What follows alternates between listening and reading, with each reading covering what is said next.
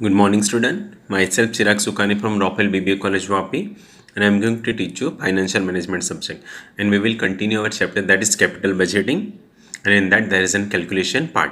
मैंने आपको already methods of capital budgeting और techniques of capital budgeting मैंने explain कर दिया है. That is discounting technique and non-discounting technique.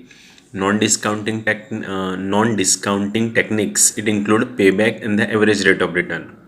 And discounting technique it include net present value method, then internal rate of return method and the profitability index method. So today we will start the calculation part. So first method, payback period method.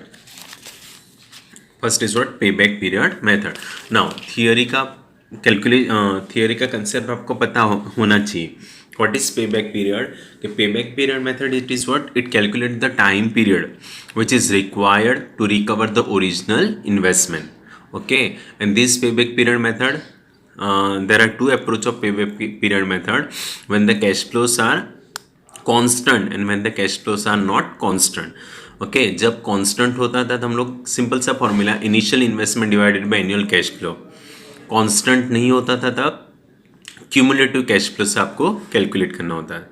Okay so आज हम लोग सम start करते हैं. So first sum, an investment of ₹4 lakh in a fixed assets is expected to generate cash inflow of ₹1 lakh. Find out payback period. Okay अभी आप देखो total investment कितना है 4 lakh in a particular fix asset is expected to generate cash inflow of 1 lakh. Okay यानी I as a management और I as a manager of company अगर मैं 4 lakh rupees fix assets में इन्वेस्ट करूँ तो 1 लाख कैश इनफ्लो जनरेट हो सकता है. सो कितने टाइम पीरियड में मेरा इन्वेस्टमेंट कवर अप हो जाएगा. ना बेस्ड ऑन दिस इंफॉर्मेशन और बेस्ड ऑन दिस सम ये कौन सा मेथड यूज हो सकता है कि when the cash flows are constant. Same when the cash flows are constant, because यहाँ पे अलग अलग कैश फ्लो नहीं, एक ही कैश फ्लो दिया है. सो आपको यहाँ पे सिंपल सा फॉर्मूला यूज करना पड़ेगा, that is initial investment divided by annual cash inflow. Okay so answer number 1.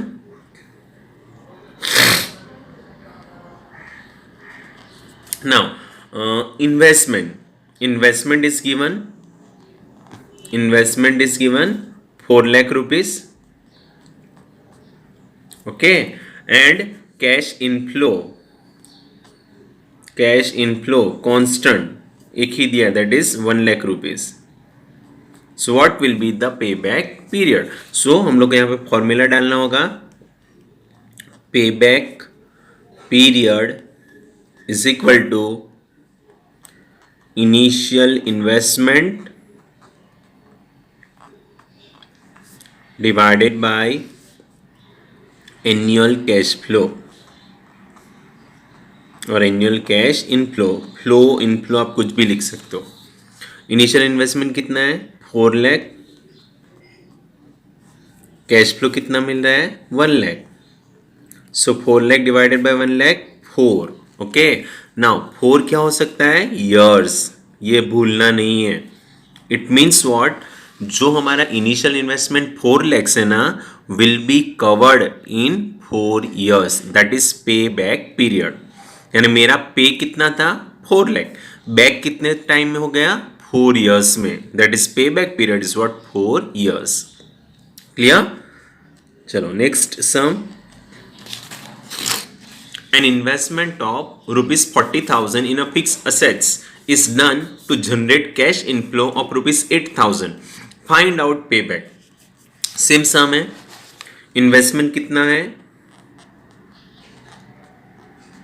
40,000 rupees. Okay and cash flow कितना जनरेट हो सकता है 8,000 rupees. So what will be the payback period. So again आपको formula payback period is equal to initial investment divided by annual cash flow or annual cash inflow. Initial investment 40,000, cash flow 8,000. सो आपका answer आएगा 5. सो 5 is what? Years. It means जो आपका 40,000 है will be recovered in 5 years. That is payback period. Clear? चलो answer number 3. From the following information, calculate payback period. Investment value is given 1 lakh. Cash flow for 4 years are as follow. So here in the cash inflow is given. First year का 20,000 rupees, second year का 30,000 rupees, third year का 40,000 rupees and fourth year का 50,000 rupees. Now based on this sum, यहाँ पे जो cash flow है वो क्या है? कांस्टेंट नहीं है, एवरी ईयर चेंज हो रहा है. ओके, फर्स्ट ईयर में 20, सेकंड ईयर में 30, थर्ड ईयर में 40, फोर्थ ईयर में 50, यानी एवरी ईयर का कैश फ्लोस डिफरेंट है.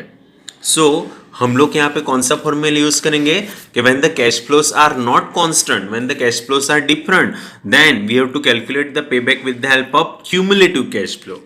आया समझ में? सो आपको यहाँ पे क्यूमुलेटिव कैश फ्लो से करना पड़ेगा. क्लियर? तो क्यूमुलेटिव कैश फ्लो से आपको यहाँ पे इन्वेस्टमेंट कितना दिया है? टोटल इन्वेस्टमेंट, फर्म का इन्वेस्टमेंट कितना दे दिया? 1 lakh rupees. Okay, and cash flows is given.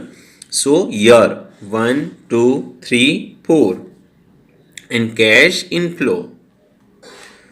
First year का 20,000, सेकंड ईयर का 30,000, थर्ड ईयर का 40,000 एंड फोर्थ ईयर का 50,000. सो आपको यहाँ पे नेक्स्ट कॉलम बनानी पड़ेगी, that is called as cumulative cash flow. Cumulative कैसे होता है? ऐड. सो 20,000 का 20,000. Okay, so 20 plus 30 50. आया समझ में? तो 50 कहाँ से आया? 20,000 प्लस 30,000. आ रहा है समझ में? अभी यहाँ पे क्या होगा? 50,000 प्लस 40,000 तो 90,000 होगा. सो 90 कहाँ से आया? 20,000 प्लस 30,000 प्लस 40,000. आ रहा है समझ में? And 90 plus 50 140. ओके, सो 140 कहाँ से आया? सो 20,000 प्लस 30,000 प्लस 40,000 प्लस 50,000.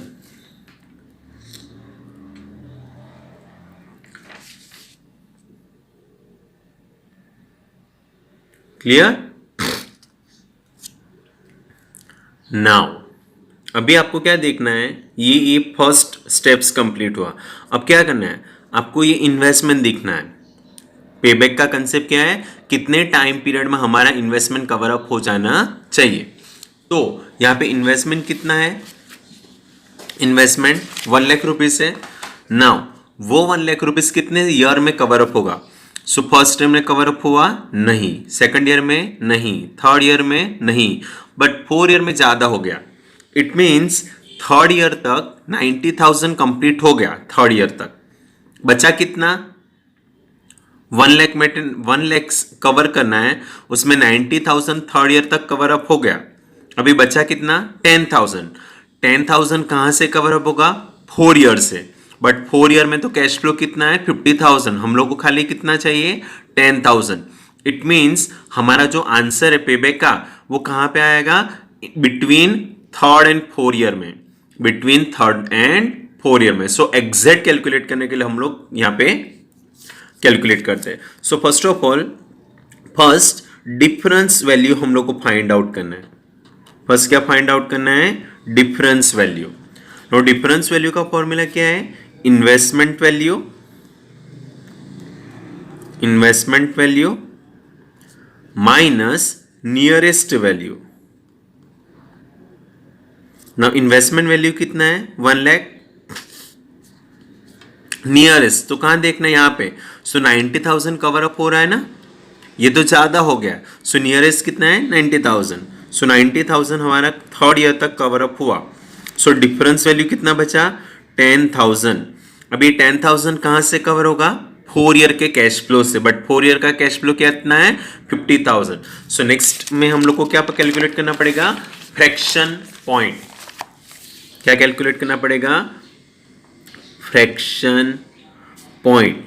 ओके, सो फ्रैक्शन पॉइंट का फॉर्मूला क्या है? Difference value divided by next year cash inflow. Clear? Difference value कितना आया? 10,000। नाउ नेक्स्ट ईयर का cash flow, it means what? अगर आपको ऐसा नहीं समझ में आता है ना, तो आप यहाँ पे ऐसा करना, देखो फर्स्ट सेकंड थर्ड, यहाँ तक थर्ड तक कवर अप हो गया, यहाँ पे तो ज्यादा हो गया ना, तो ये नेक्स्ट ईयर का कैश फ्लो बोला जा रहा है। थर्ड ईयर के बाद का जो नीचे वाला कैश फ्लो है ना, थर्ड ईयर का, बट हम लोग को तो खाली 10,000 चाहिए, बट यहाँ पे तो पूरा ईयर का कैश फ्लो कितना है? 50,000, बट हम लोग को कितना चाहिए? खाली 10,000। सो हम लोग क्या फाइंड आउट करते हैं? Fraction point. So difference value 10,000 and next year का कैश फ्लो कितना है? 50,000. So 10,000 divided by 50,000, that is 0.2. It means हमारा पे बैक पीरियड कितना आया? That is 3 years आया था, प्लस ये 0.2 आया। ओके, इट मीन्स 3.2 years में कवर अप हो गया। 3.2 years में कवर अप हो गया। आया समझ में? क्लियर? ओके, नाउ एग्जैक्ट ये मंथ वगैरह भी करना होता है ना, तो आता है, बट ये चलेगा। यानी 3 years पूरा एंड 0.2 ना, अभी 0.2 को मंथ में कन्वर्ट करेंगे तो 12 के साथ मल्टीप्लाई करना पड़ेगा, दैट इज 2.4। सो अल्टीमेटली क्या हुआ? 3 years and 2 month, 3 years and 2 month में कवर अप हो गया। बट ये 3.2 years आंसर भी लिखते हैं तो भी चलता है। ओके, और लिखना हो तो लिख सकते हो, और 0.2 को कन्वर्ट करना है 0.2 इंटू 12 के साथ, तो 2.4 आएगा। देयरफॉर पे back period is what? 3 years and 2 months। ये 0.4 को हम लोग नहीं लेते, अगर यहाँ पे 5 होता तो यहाँ पे 3 कर लेते हम लोग, 3 month ऐसा। Okay, so 3 years and the 2 month, और ये भी चलता है 3.2 years। क्लियर हुआ यहाँ तक? चलो नेक्स्ट सम कैलकुलेट करते हैं, आंसर नंबर 4।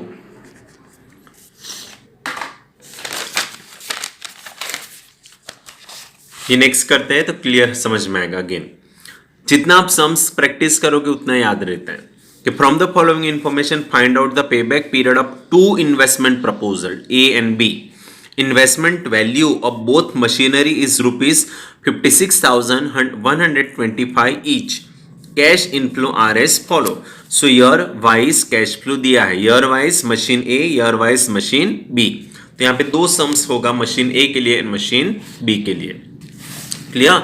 अब यहाँ पे भी देखो कि दोनों मशीनरी के लिए इन्वेस्टमेंट क्या है? सेम है। दोनों मशीनरी के लिए इन्वेस्टमेंट क्या है? सेम है। दैट इज इन्वेस्टमेंट वैल्यू कितना दिया है? 56,125 रुपीज। ओके, और यहाँ पे कैश फ्लो क्या है? डिफरेंट है। So again cumulative cash flow से कैलकुलेट करना पड़ेगा। सो हम लोग यहाँ पे फर्स्ट मशीन ए के लिए करते हैं, मशीन ए। सो ईयर के बाद कैश इनफ्लो, तो नेक्स्ट कॉलम क्या बनेगी? Cumulative cash flow. Okay, year 1 2 3 4 5। Machine A का कैश फ्लो 14,000, 16,000, 18,000, 20,000 एंड 25,000। अभी आपको क्या करना है? क्यूमुलेटिव यानी ऐड। अभी मैं नहीं लिख रहा हूं, अभी फर्स्ट सम्स में आपको दिखाया अभी डायरेक्टली। सो 14 का 14 रहता है, 14 plus 16 30। Okay, 30 plus 18,000 48,000, 48 plus 20 68,000 plus 25,000 93,000। सो हम लोग का एक क्यूमुलेटिव कैश फ्लो ओवर हुआ। ओके अभी आपको क्या देखना है, हमारा इन्वेस्टमेंट जो 56,125 कितने ईयर में कवर अप होगा।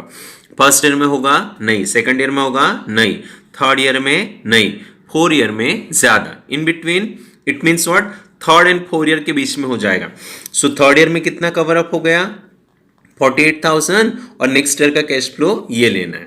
ओके सो फर्स्ट हम लोग क्या फाइंड आउट करते हैं, डिफरेंस वैल्यू। फर्स्ट क्या फाइंड आउट करते हैं, डिफरेंस वैल्यू।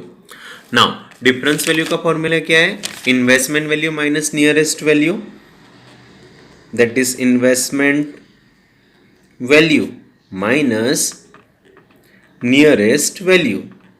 इन्वेस्टमेंट वैल्यू कितना है 56,125, नियरेस्ट यानी 48 कवर अप हो रहा है। ओके नाउ 56,125 माइनस 48,000, तो हमारा डिफरेंस वैल्यू कितना है 8125। ओके तो हम लोग फाइंड आउट करते हैं फ्रैक्शन पॉइंट। फ्रैक्शन पॉइंट, तो फ्रैक्शन पॉइंट का फॉर्मूला क्या है, डिफरेंस वैल्यू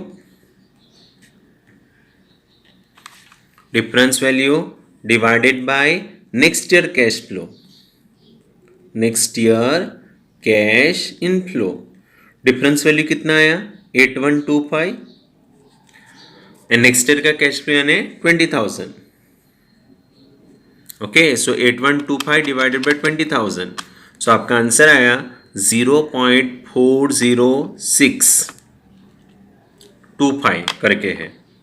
ओके सो हम लोग डायरेक्टली यहाँ पे लिख सकते हैं दैट इज 0.41, 0 के बाद 6 है तो 0.41। देयरफॉर हमारा पेबैक कितना होगा, therefore payback period is equal to 3.41 years। आया समझ में, दैट इज 3.41 years। ओके तो ये कहाँ से आया, दैट इज 3 years प्लस 0.41 था ना, ये मिस हो गया था 3 years and 0.41, so 3.41 years। Now अगर आप एग्जैक्ट कैलकुलेट करना है तो और क्या कर सकते हैं हम लोग, 0.41 इंटू 12 करना पड़ेगा, 0.41 इंटू 12 यानी 4.92, it means what 5। Okay therefore payback period is equal to 3 years and 5 months। आया समझ में, सो यहाँ तक भी आंसर वैलिड है और ये भी आप लिख सकते हो तो और वैलिड हो गया। तो ये प्रोजेक्ट और सॉरी मशीनरी ए का हुआ। लाइकवाइज फॉर मशीन बी, अभी आपको आ जाएगा मेथड, समझ में आया ना कैसे करना है। मशीन बी इन्वेस्टमेंट तो सेम ही है, year 1 2 3 4 5। Next column cash inflow, machinery B का कैश इनफ्लो 22,000, 20,000, 18,000, 16,000 एंड 17,000 ऐड करना है। सो नेक्स्ट कॉलम क्या बनेगा, क्यूमुलेटिव कैश फ्लो। सो 22,000 का 22,000, 22 plus 20 42,000। Okay now 42,000 plus 18 60,000, 60 plus 16 76,000 plus 17 93,000। Okay हमारा इन्वेस्टमेंट कितना है 56,125 है ना, हमारा इन्वेस्टमेंट तो क्या है सेम ही, दैट इज 56,125 रुपीज। क्लियर, तो फर्स्ट हम लोग क्या फाइंड आउट करेंगे, difference value. Difference value is equal to what, investment value, investment value minus nearest value. Okay now कहां तक कवर अप हो गया, 56,000 कवर अप करना है, तो सेकंड ईयर में नियरेस्ट हो गया, थर्ड ईयर में तो बढ़ जाएगा, तो ये थर्ड ईयर का कैश फ्लो से आएगा थोड़ा बहुत। ओके, सो इन्वेस्टमेंट वैल्यू कितना है 56,125, नियरेस्ट कितना हो गया 42,000. ओके, नाउ 56,125 माइनस 42,000, तो डिफरेंस वैल्यू आया 14,125. ओके, तो नेक्स्ट में क्या हम लोग फाइंड आउट करेंगे, fraction point.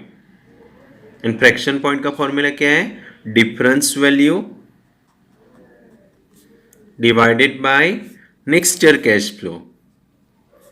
Next year cash flow difference value कितना आया 14,125.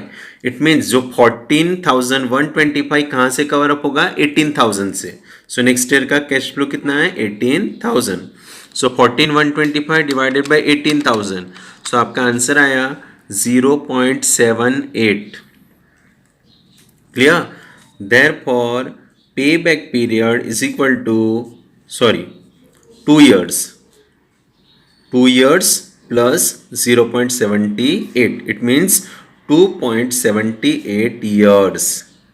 Okay. And एग्जैक्ट कैलकुलेट करना है तो 0.78 को मल्टीप्लाई करना पड़ेगा 12 के साथ. 0.78 को मल्टीप्लाई करना पड़ेगा 12 के साथ, तो 9.36. ओके, देयरफॉर पेबैक क्या आएगा, payback period method, payback period is what 2 years and 9 months. Clear. So ये हम लोग का फर्स्ट मेथड कंप्लीट हुआ, पे बैक पीरियड मेथड. ये बेसिक सब सम्स है. ओके, फिर बाद में नेक्स्ट डिटेल वाला सम्स भी और आएगा, बट ये बेसिक कंसेप्ट वाला सम है. Clear. Now in next video हम लोग average rate of return calculate करेंगे. Bye, take care.